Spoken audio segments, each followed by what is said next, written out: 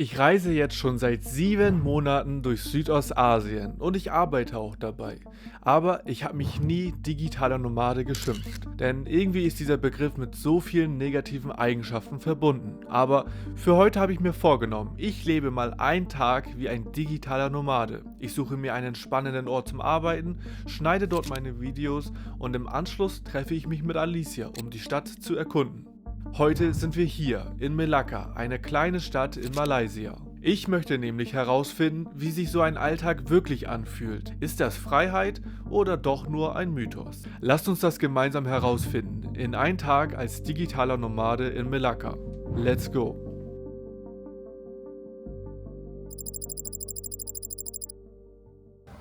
Aber bevor es losgeht, werden wir uns erstmal unten einen Kaffee abholen, denn es wartet schon ein kleines Frühstück auf uns. Und das ist zum Glück inklusive hier in unserer Unterkunft. Während man sich das digitale Nomadentum oft sehr glamourös vorstellt, müssen wir sagen, haben wir hier für unseren Preis von 30 Euro pro Nacht ein eher durchschnittliches Zimmer bekommen. Aber der Spaß soll ja draußen stattfinden. Deswegen machen wir uns jetzt auf den Weg in die Stadt.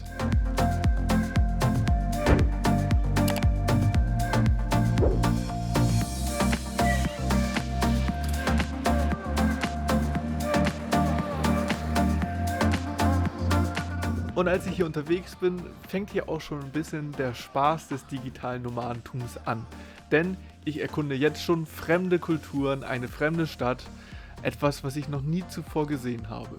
Aber merke dann auch schnell, dass ich ziemlich lost bin, weshalb ich dann doch mal bei Google Maps nach einem schönen Café suche. Also, da ist es, das Café der Wahl mit einer guten Bewertung bei Google Maps. Hoffentlich kann ich hier auch einigermaßen ungestört arbeiten.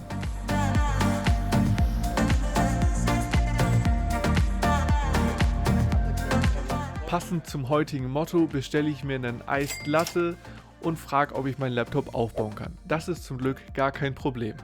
Irgendwie bin ich heute sogar ein bisschen aufgeregt. Eigentlich mache ich ja genau dasselbe wie sonst auch zu Hause, aber dass ich hier nun einfach im Café sitze und mir die Leute dabei über die Schulter gucken können, fühlt sich irgendwie, ja, nicht unangenehm, aber auf jeden Fall besonders an. Für die Arbeit, die ich hier heute erledige, werde ich übrigens nicht bezahlt. Das sind einfach nur die Videos, die ich für meinen YouTube-Kanal schneide. Dementsprechend habe ich noch nichts mit all den komplizierten Themen rund um die Versteuerung des Einkommens oder ähnliches zu tun, was das digitale Nomadentum sicherlich deutlich komplizierter machen könnte, als sich einfach nur hier hinzusetzen und jetzt am Laptop zu arbeiten. Und nun schaut euch das mal an. Eigentlich mache ich mich doch schon ganz gut, oder?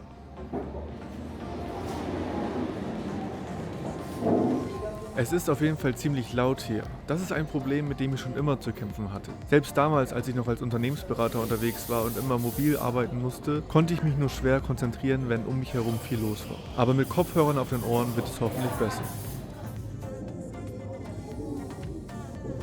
Nach etwa 1,5 Stunden brauche ich mal eine kleine Bildschirmpause und erkunde mal die hinteren Räume von diesem Restaurant. Oh, und was ist das auch schon für ein schönes Café schon wieder? Es hat wohl sehr viel chinesische Einflüsse. Ist hier sowieso in ganz Malaysia so, aber eigentlich in überall hier in Südostasien, dass man hier sehr viele chinesische Einflüsse hat. Aktuell ist es natürlich ganz besonders, weil wir auch noch Chinese New Year vor der Tür stehen haben, also in 3-4 Tagen ist es soweit. Da werde ich euch übrigens in Singapur mitnehmen, wo wir wahrscheinlich einiges sehen werden, was das Thema angeht.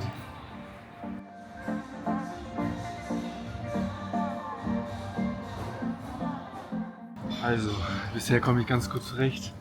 Ein bisschen am Video schneiden. Ich bin aktuell dabei, das Kuala Lumpur Video fertigzustellen. Dementsprechend passiert hier heute natürlich vormittags nicht ganz so viel.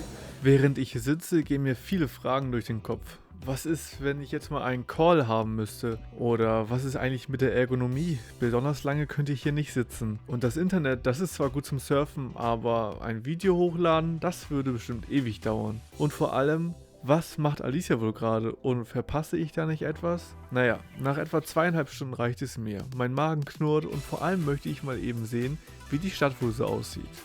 Wir gehen aber später nochmal in ein anderes Café. Vielleicht habe ich bis dahin ja auch Antworten auf die vielen Fragen.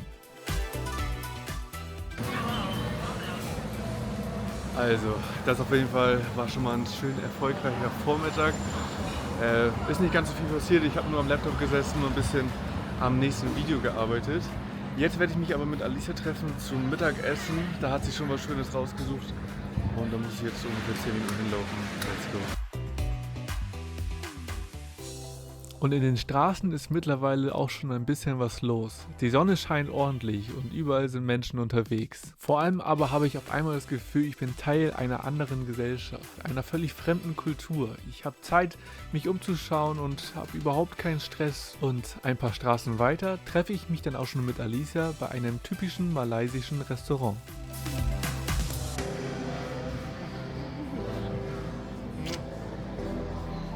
Und auch hier werden wir wieder von diesem hohen Maß an Gastfreundlichkeit überrascht. Es macht einfach so viel Spaß, wenn dir all die Menschen mit einem Lächeln begegnen. Und jetzt freuen wir uns richtig auf das Essen.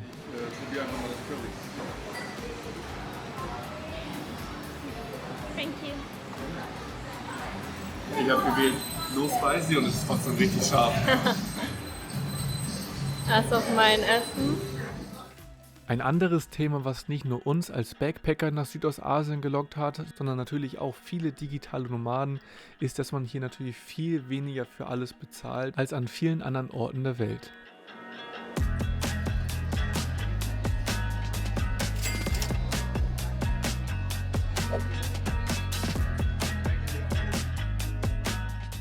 Das Mittagessen war super. Ich hatte ein schönes Curry. Alicia hatte einen Roti. Sie hat sich endlich mal wieder getraut, einen Roti zu essen, nachdem wir letztes Mal kleine Lebensmittelpäckchen bekommen haben.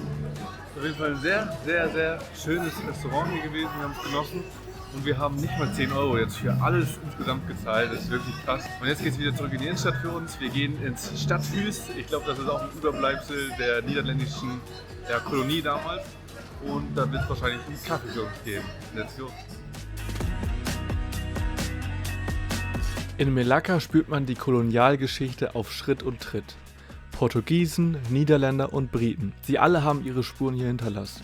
Und diese Geschichte war nicht romantisch, sondern oft brutal. Ausbeutung, Unterdrückung, Fremdbestimmung. Wenn ich heute als digitaler Nomade oder als Reisender hier sitze und arbeite, fühlt sich das oft auch nicht so richtig an. Wir profitieren davon, dass wir aus sehr reichen Ländern kommen und uns hier vieles sehr leicht leisten können. Aber dennoch ist es auch etwas völlig anderes. Denn ich komme nicht hierher, um für meine wirtschaftlichen Interessen zu kämpfen, meine eigene Kultur oder Religion zu verbreiten, sondern ich möchte mehr lernen, die Kulturen zu verstehen und viele der Vorurteile, die man oft gegenüber fremden Ländern und Kulturen zu haben scheint, zu entlarven. Und dann fängt es plötzlich an zu regnen. Aber statt den Tag abbrechen zu müssen, machen wir das, was digitale Nomaden vielleicht am besten können, und zwar flexibel darauf reagieren. Also machen wir uns auf den Weg durch die süßen kleinen Straßen von Melaka und suchen uns ein gemütliches Café.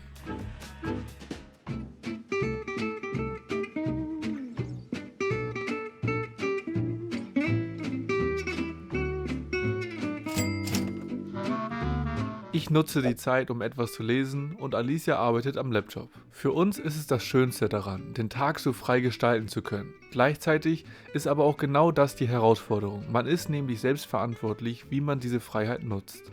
Wir haben auch hier noch einmal für 2 Stunden die Zeit genutzt. Nun machen wir uns aber auf, noch etwas zu essen, bevor es dann nach Hause geht.